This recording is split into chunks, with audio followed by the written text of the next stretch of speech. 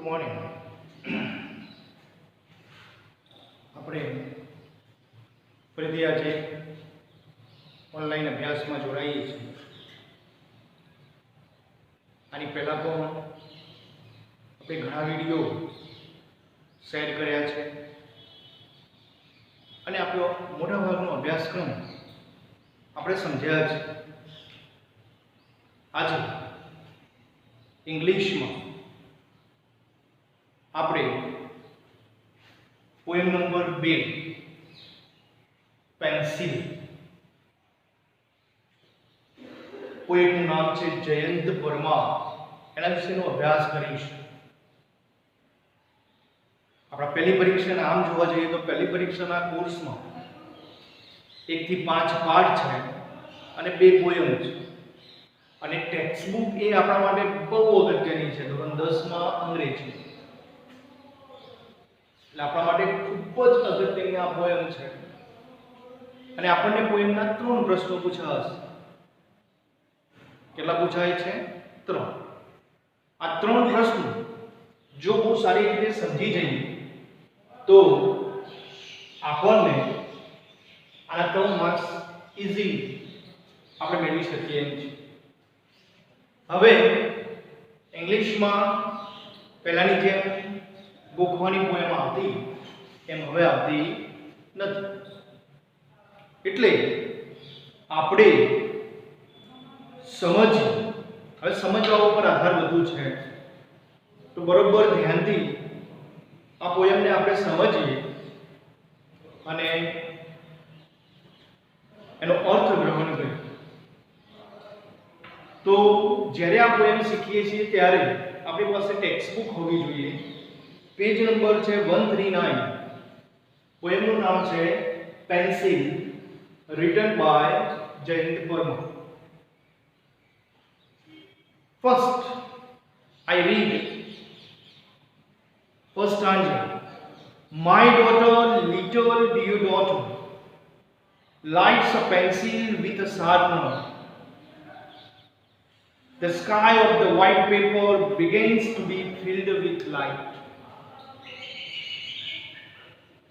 Jayant Parmar poet બહુ જ અત્યારનું સુંદર પોએમ છે. આ લખે છે માય ડોટર, મારી દીકરી, લિટલ ડિયર ડોટર, નાની વહાલી દીકરી, lights a pencil with sharpener, એક પેન્સિલ લે છે અને એને શાર્પનર થી અણી કાઢે છે એટલે કે પેન્સિલ તૈયાર કરે છે. લાઇટ્સ અ પેન્સિલ એનો મતલબ છે પેન્સિલને તૈયાર કરે છે. અહીંયા શબ્દ છે શાર્પનર. શાર્પનર એટલે સંચો. આપણો પેન્સિલને અણી કાઢવા માટેનો જે સંચો છે એને અંગ્રેજીમાં શાર્પનર કહેવાય છે. તો ફર્સ્ટ 4 લાઈન આપણને ખબર પડેલી છે my daughter, little dear daughter, lights a pencil with a sharpener. Sharpener થી પેન્સિલને તૈયાર કરે છે. The sky of the white paper begins to be filled with light. અને સાથે એક white paper રાખ્યું છે અને એ પેપરમાં એ હવે તૈયાર છે. begins એટલે શરૂઆત કરવી, to be filled with light. અને જે આ પેન્સિલ છે એનાથી જે એની અંદર લખી શકાય, દોરી શકાય, કામ કરી શકાય એ બધું જ કરવા માટે white પેપરમાં એ તૈયાર છે. This is the first time. Pencil. બરોબર ધ્યાનથી સમજજો. My daughter, little dear daughter, lights a pencil with a sharpener. The sky of the white paper. White paper ને કોની સાથે સરખાવી છે? Sky, આકાશ. આ નાની છોકરી માટે white paper એ આકાશ છે. એટલે ઇન્ફિનિટી બાબત બતાવી છે કે એને જ્યાં જેવું દોરવું છે એવું દોરશે. begins to be filled with light. અને આ પેન્સિલની લાઇટ વડે હવે આ સ્કાય ભરાવાની તૈયારીમાં છે. આ પહેલો સ્ટાન્જા છે. આગળ કહે છે the black bird flying away with the tree.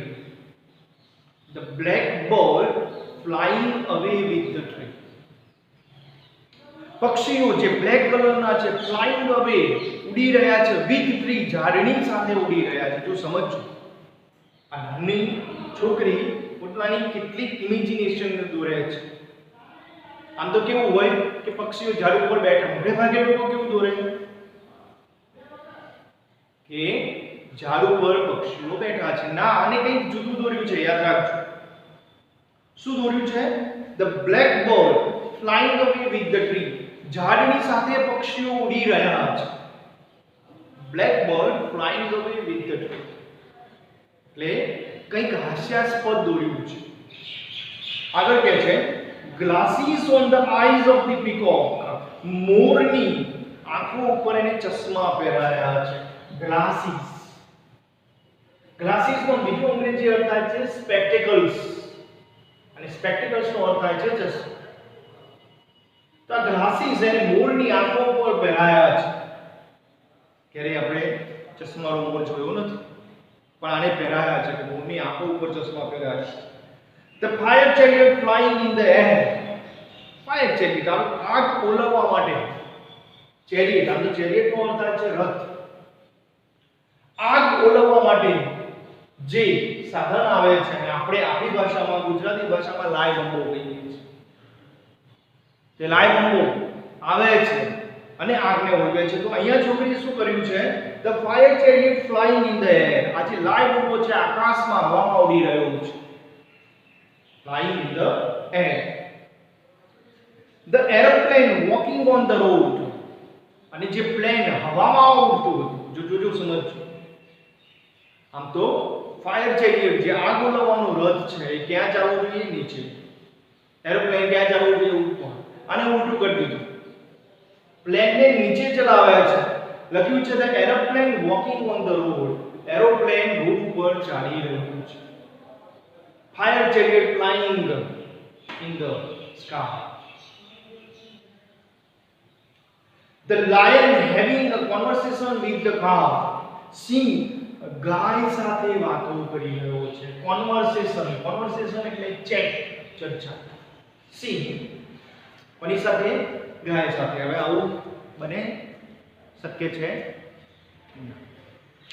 It is not possible. છતાંય અહીંયા એવું લખાયું છે કે the lion having a conversation with the cow. સિંહનું વાર્તાલાપ ગાય સાથે ચાલી રહ્યું. જો તમે સિંહનો શિકાર છે ગાય. હા, એને બેને સામે બેસી અને એકબીજાને વાતો કરતા બતાવ્યા છે. With a patch of cloud over it, a one-eyed sun on the black tree. With a patch of cloud over it. સૂર્ય જે બતાવ્યો છે એક આંખ વાળો બતાવ્યો છે, અને વાદળ જે બતાવ્યું છે એના ઉપર એક થીગડું લગાવ્યું છે. પેચ એટલે તો સમજો કેવું ઇમેજિનેશન છે. એ one-eyed sun on the black tree. કોઈ એક કાળું ઝાડ છે અને એની પર સૂર્ય બતાવ્યો છે એક આંખો વાળો બતાવ્યો છે. કેવો? એક આંખો. With a patch of cloud over it. અને સૂર્ય ઉપર એક વાદળ છે અને વાદળ ઉપર થીગડું મારેલું છે. A blue fish flying on the forehead of the cloud. અને એની ઉપર એક માછલી, એ વાદળ ઉપર માછલી એક બ્લુ ફિશ, બ્લુ કલરની ઉડી રહી છે. forehead એટલે કપાળ. And the yellow butterfly swimming in the waterfall. અને પીળા કલરનું બટરફ્લાય એટલે પતંગિયું પાણીની અંદર, વોટરફોલ જે પાણીનો પ્રવાહ પડી રહ્યો છે એમાં તરી રહ્યું છે. ઇમેજિનેશન જોઈએ તમે. ફરીથી બીજા સ્ટાન્જા જોઈએ છીએ. The blackbird flying away with the tree. કાળા પક્ષીઓ ઝાડ સાથે ઉડી રહ્યા છે. Glasses on the eyes of the peacock. મોરની આંખો પર ચશ્મા છે. The fire chariot flying in the air. આગ ઓલવવાનો જે બંબો છે એ હવામાં ઉડી રહ્યો છે. The aeroplane walking on the road. Plane road ઉપર ચાલી રહ્યું છે. The lion having a conversation with the cow. જે કહ્યું સિંહ છે ગાય સાથે ચર્ચા કરી રહ્યો છે. A one-eyed sun on the black tree. કોઈ કાળા ઝાડની ઉપર એક આંખવાળો સૂર્ય છે. With a patch of cloud over it. અને વાદળ ઉપર થીગડું મારેલું છે. A blue fish flying on the forehead of the cloud. એક બ્લુ કલરની માછલી આ વાદળના કપાળ ઉપર ઉડી રહી છે. And the yellow butterfly swimming in the waterfall. અને પીળા કલરનું પતંગિયું પાણીમાં તરી રહ્યું છે. ઇમેજિનેશન સમજો. આમાંથી પ્રશ્નો પૂછાવ કે ભાઈ કોની આંખો પર ચશ્મા છે? મોર. કયા પક્ષીઓ ઝાડ લઈને ઉડી રહ્યા છે? Black birds. ફાયર ચેરિયટ ક્યાં છે? હવામાં ઉડી રહ્યું છે. પ્લેન ક્યાં છે? રોડ ઉપર ચાલી રહ્યું છે. સૂર્ય કેવો છે? એ ગાંઠવાળો. વાદળ કેવું છે? થીગડાવાળું, પેચ. બ્લુ કલરની માછલી વાદળો ઉપર ઉડી રહી છે અને પીળા કલરનું પતંગિયું તરી રહ્યું છે. આ નાની છોકરીની ઇમેજિનેશન છે, ધારણા છે, એને જેવું મગજમાં આવ્યું એવું દોર્યું છે.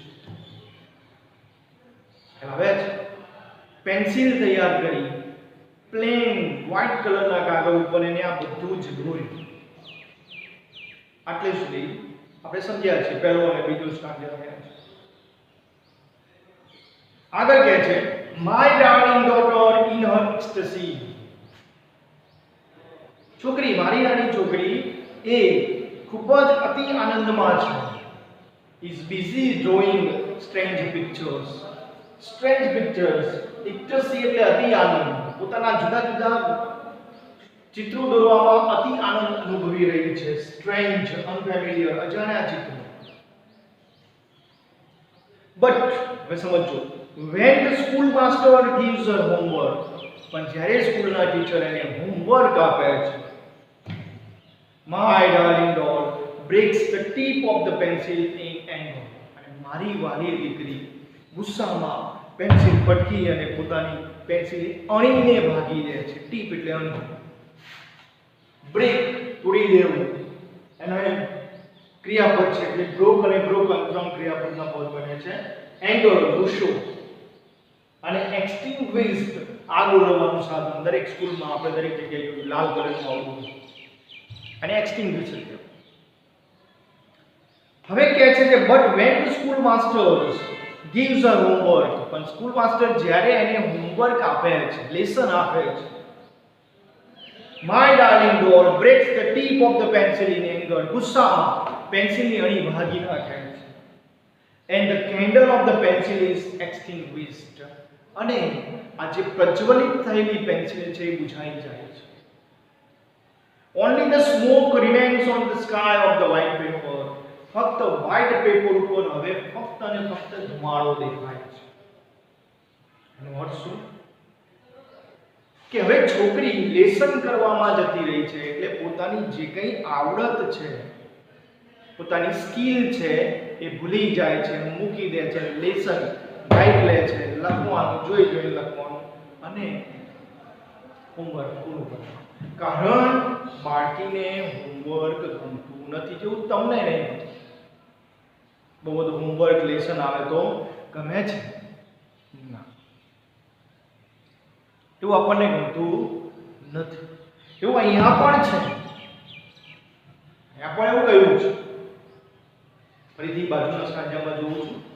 My darling daughter in her ecstasy is busy drawing strange pictures. જુદા જુદા પ્રકારના પિક્ચર્સ જોવામાં અતિ આનંદ અનુભવી રહી છે. But when the school master gives her homework, જ્યારે સ્કૂલ માસ્ટર એને હોમવર્ક આપે છે, my darling doll breaks the tip of the pencil. ગુસ્સામાં પેન્સિલની અણી ભાગી નાખે છે. and the candle of the pencil is extinguished. અને આ પેન્સિલ રૂપી જે જ્વાળા પ્રજ્વલિત થઈ હતી એ ઓલવાઈ જાય છે. only the smoke remains on the sky of the white paper. ફક્ત અને ફક્ત વ્હાઇટ પેપર ઉપર ધુમાડો છે. આવું કવિની કલ્પના. એનો મતલબ શું? કે વધારે પડતું હોમવર્ક પણ વિદ્યાર્થીઓને કંટાળામાં નાખે છે. એની જે કંઈ આવડત છે એ જતી રહે છે. એટલા માટે હવે પછી આપણા જે કંઈ પેપર્સ છે એના પ્રશ્નો પણ સ્કિલ ઉપર આધારિત છે. બહુ ભોગવાના પ્રશ્નો આવતા નથી. આ આપણું બીજા નંબરનું પોએમ છે, તેનું ટાઇટલ છે પેન્સિલ. આ અગત્યના શબ્દો છે, બહુ જ અગત્યના શબ્દો. હવે વારંવાર પોએમને વાંચી એનો અર્થ સમજવાનો પ્રયત્ન કરીએ તો આપણા માટે સરળતાથી 3 માર્ક્સ આવી જાય. તો આપણું બીજું પોએમ છે પેન્સિલ. એના આપણે એક્સરસાઇઝ એના પછીના વિડીયોમાં જોઈશું. પેન્સિલ ધ્યાનથી આ તમારી નોટમાં બધા જ શબ્દો લખી નાખો અને કોઈ હવે નોટમાં લખવાની જરૂર પડતી નથી. સમજવાનો પ્રયત્ન કરો. બધા જ ગ્રુપ્સના શબ્દો અહીંયા આવી જાય છે. આપણે કોમ્પ્રિહેન્શનમાં એક્સરસાઇઝમાં C2, C3 અને C4 આ 3 પોઈન્ટ આપણે જોઈશું આ પછીના વિડીયો. બરોબર ધ્યાનથી સમજો જો. અને જ્યારે આ વિડીયો તમને શેર કરવામાં આવે ત્યારે વારંવાર ઇયરફોન ભરાઈને વારંવાર સાંભળો અને જો. અને જેવો વિડીયો યુટ્યુબમાં ચાલુ થાય ત્યારે સબસ્ક્રાઇબ કરો અને બેલ આઇકન દબાવો. Okay, good morning, thank you very much.